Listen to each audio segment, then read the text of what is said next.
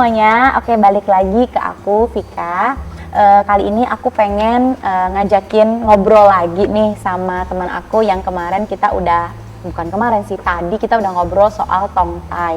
Nah ternyata pada saat kita ngobrol-ngobrol, teman aku ini si Mbak Ripka mempunyai apa ya, kok mempunyai sih, bukannya Mbak yang punya pengalaman tentang anak yang lactose intolerance. Nah, kira-kira teman-teman udah tahu belum lactose intolerance itu apa? Jadi, intoleransi laktosa atau lactose intolerance itu adalah gangguan pencernaan akibat tubuh tidak dapat mencerna laktosa. Nah, kondisi ini tuh biasanya seringkali ditandai dengan gangguan pencernaan, misalnya seperti diare, perut kembung, dan juga sering buang angin setelah mengkonsumsi makanan atau minuman yang mengandung laktosa seperti susu atau produk olahannya atau yang kita sering sebut sebagai dairy product.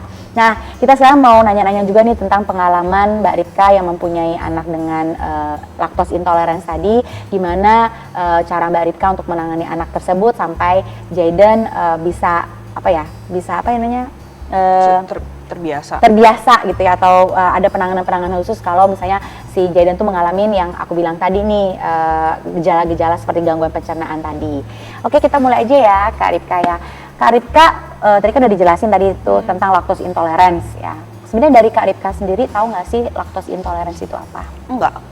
Oke. Karena nggak banyak juga yang orang tahu ya. Iya, karena aku sendiri cinta banget susu. Jadi aku ngerasa nggak mungkin lah gitu kan. Apa sih lactose intoleran itu? Awalnya mikir satu masalah udah selesai nih, tongtai udah selesai gitu. Terus seterusnya karena kan aku doyan banget susu. Jadi setiap malam itu aku minum susu. Setiap aku menyusui, Jayden nangis. Setiap aku dia belum selesai nenen pun dia nangis. Tapi nangisnya itu memang beda. Nangis kayak ngulet gitu dan dia kayak ngerasa nggak nyaman sama perutnya. Gitu. Berarti jadi bukan nangis yang sama kayak pas waktu tongtai tadi gitu ya. Beda gejalanya. Itu terjadi berulang kali karena kan setiap hari aku minum susu kan. Setiap malam sebelum tidur aku minum susu. Dia nangis. Terus kita juga bingung kenapa ya gitu kan. Terus ngobrol-ngobrol sama teman, kebetulan teman punya pengalaman anaknya lactose intoleran. Cuma bedanya kalau Jayden itu nggak ketahuan, kalau temanku ketahuan kayak ada bintik-bintik gitu, alerginya kelihatan lah. Kalau Jayden ini lebih ke arah pencernaannya dia. Jadi setiap dia malam itu, jadi tuh aku setiap malam tuh sebelum kita tahu dia lactose itu tuh kayak nightmare gitu loh, kayak aduh ini anak kenapa ya? Deg-degan nih, nanti dia nangis lagi nggak ya gitu. Jadi kayak gitu nyusuin tuh kayak udah kayak ketakutan sendiri gitu, dan itu kita alami hampir sebulan. Nah tunggu Kak, aku potong dulu Kak ya. Tadi kan udah dijelasin kalau misalnya lactose intolerance itu adalah memang gangguan pencernaan gitu ya, yang seperti tadi gitu ya. Nah kalau yang teman Kakak itu kan memang anaknya itu ada riwayat, bukan ada riwayat tapi ada tanda-tanda bintik-bintik merah. Karena sepengetahuan aku dan juga yang pernah aku baca bahwa kalau lactose intolerance itu tuh berbeda dengan alergi susu. Nah jadi kan kalau alergi itu memang biasanya kan ada bintik-bintik merah gitu. Nah apakah memang teman Kakak itu memang lactose intolerance memang karena dia ada gejala seperti yang Jayden alamin, atau memang hanya merah-merah itu aja? Kebetulan kalau misalkan dia cerita memang anaknya merah-merah doang. Merah-merah doang. Bisa jadi itu memang karena alergi susu. Ya, dan itu memang anaknya teman Kakak itu memang masih ASI? Pada saat itu masih ASI. Masih ASI. Terus lanjut lagi. Jadi setelah akhirnya Ogi bilang, suamiku bilang, coba deh di stop dulu, kamunya di stop dulu untuk nggak minum susu. Itu menyiksa sih, karena kan aku suka banget susu. Susunya juga bukan hanya susu aja gitu ya? Es krim. Terus itu semua dihentikan atau memang suaminya Kak Ripka ngomongnya hanya susu aja? Hanya susu, awalnya hanya susu aja. Jadi aku masih lanjut tuh, ngemil masih lanjut, makan es krim masih lanjut, tapi kok masih begini ya gitu kan. Akhirnya ya udah, akhirnya semua dairy produk kita stop dulu gitu kan, untuk istilahnya untuk biar Jayden juga biar Jaydennya juga juga nyaman gitu, neneknya juga nyaman, nyusunya juga nyaman, kitanya juga jadi nggak worry lagi kan nyusuin dia. Akhirnya ya udah benar-benar di stop. Sama sekali tidak, akunya nggak makan makanan yang mengandung dairy produk. Nah itu berarti Kak Ripka taunya hanya karena suaminya nyuruh berhenti minum susu, atau memang sudah ada ke dokter dulu? Enggak, kalau untuk laktos intoleran ini kita coba-coba sendiri. Kita nggak coba ke dokter. sendiri aja. Terus tuh selain gejalanya ngulut tadi kan berarti mungkin ada kayak sakit perut gitu ya, kayak sembelit gitu. Itu pada saat usia berapa, Kak? Usia, aduh aku lupa berapa ya, Pak? Iya. Berarti dari 3 bulan itu nangis cranky, terus tuh memang nangis cranky-nya tuh karena kayak ngulet gitu ya, memang ada kayak sakit perut gitu. Tapi sempat mencret? Iya. Berarti sempat diare juga gitu ya? Iya. Diarenya berarti berapa kali, Kak? Maksudnya yang sampai harus dibawa ke rumah sakit? Oh enggak, kalau diare sampai dibawa ke rumah sakit enggak, cuman ya karena dia sering, jadi kalau misalkan dia habis nenen gitu ya, terus dia ngerasa dia pengen pup, dia minta nenen. Jadi dengan dia nenen, terus dia bisa nenen sambil pup. Dan itu mungkin perutnya lega di situ. Sebelum kita tahu kalau misalkan dia laktos ya. Jadi pada saat itu, oh dia mau pup nih gitu. Jadi begitu dia nenen, dia sambil pup.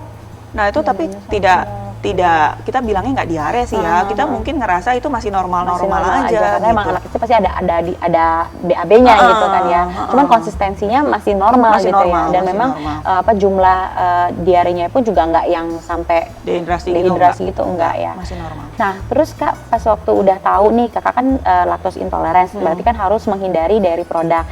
Nah kan kita kan menghindari, maksudnya kayak mengurangin atau malah tidak minum sama sekali kan nggak bisa langsung hilang kan asinya. Nah itu Jayden pada saat lagi transisi untuk Kakak detox dairy product itu, Jayden tetap dikasih asi atau gimana?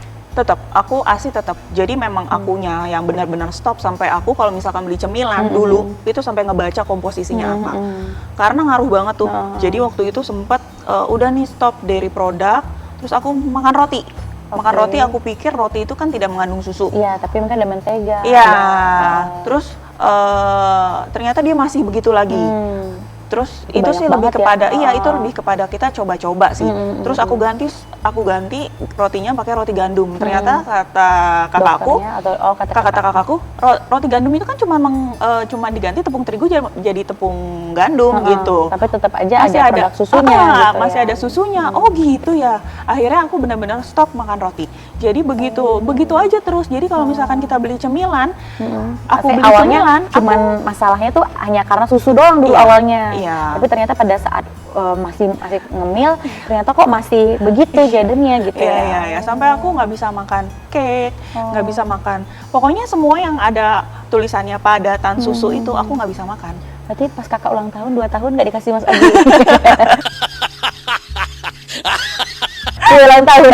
Ya ini intermezzo. Berarti kan karena mikirnya kan kayak semua benar-benar dihindarin gitu kan ya. Dan itu ngebuat aku kayak kesel sendiri gitu, maksudnya kayak kenapa sih kayak gini gitu, kenapa sih istilahnya mama doyan susu tapi Jayden malah begini gitu kan. Me time-nya kita ya pasti makannya makan enak kan ya, ngemil manis gitu kan, dan manis itu pasti ada produk-produk susu juga gitu.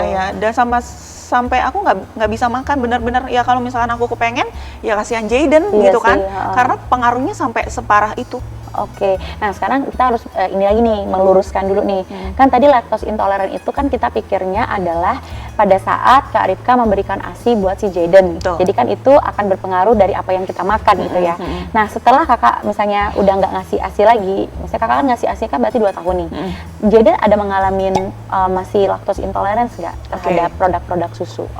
Jadi waktu kita kan sempat ke dokter juga kan. Jadi kita ke dokter itu ngomongnya anak saya nih laktos intoleran gitu. Jadi pada saat dia umur 1 tahun kita coba kata dokter ya udah sekarang coba aja sedikit demi sedikit kasih aja campur sama UHT.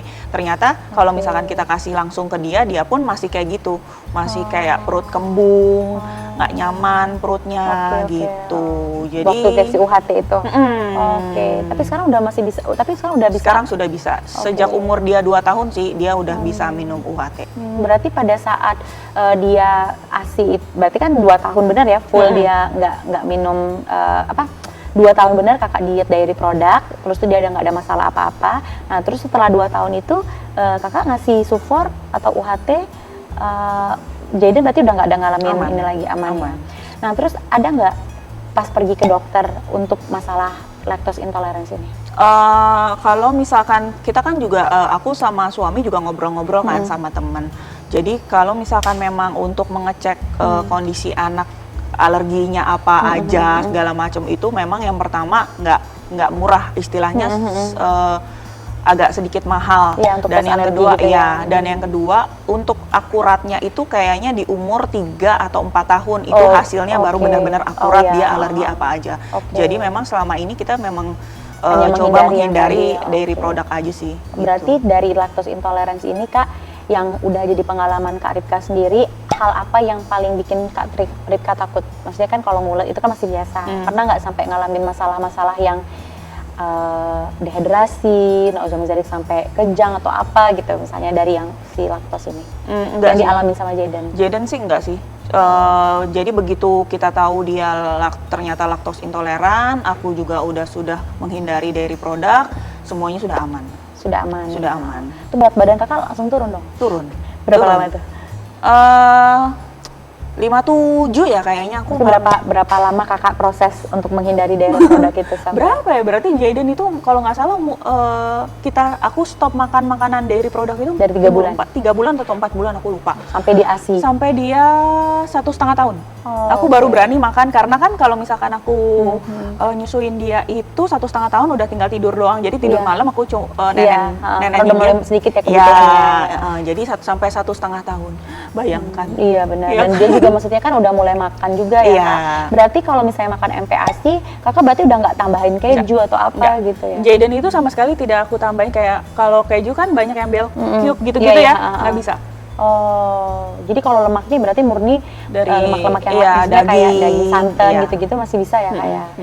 Oke, jadi sesi ini tadi kita udah ngobrol-ngobrol, udah banyak juga nih pengalaman buat aku gitu, karena ya memang nggak semuanya orang itu paham tentang lactose intolerance gitu, sampai mungkin kita tahu, oh ini anak aku alergi tadi, karena Kak Ripka tadi bilang kalau seandainya usia untuk menjalani tes alergi itu di bawah 3 tahun juga mungkin memang belum akurat gitu ya. Nah, jadi dari Kak Ripka sendiri, bagaimana ngebuat ibu-ibu di luar sana yang mungkin punya pengalaman seperti Jaden tadi, yang kayak perutnya melilit lah atau nangis setiap kali disusuin. Nah, bagaimana cara mengantisipasi atau meminimalisir kepanikan? Nah,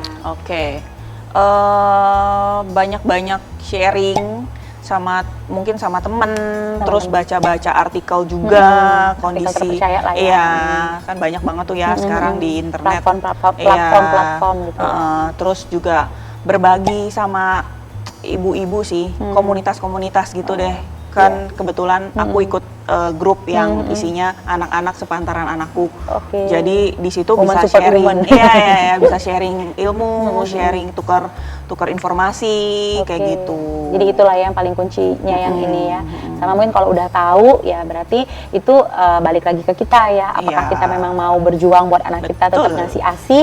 Ya itu berarti kita harus menghindari dari produk ataupun hal-hal yang kita sukain. Atau ya memang kalau memang misalnya nggak tahan ya berarti emang anak kita nggak usah dikasih ASI gitu ya. Emang itu adalah pilihan yang sulit sih ya. Apalagi kalau ibu-ibu bekerja tuh pasti keinginan untuk ngasih ASI itu ada, cuman mungkin memang waktunya atau apanya gitu emang harus ada yang dikorbankan.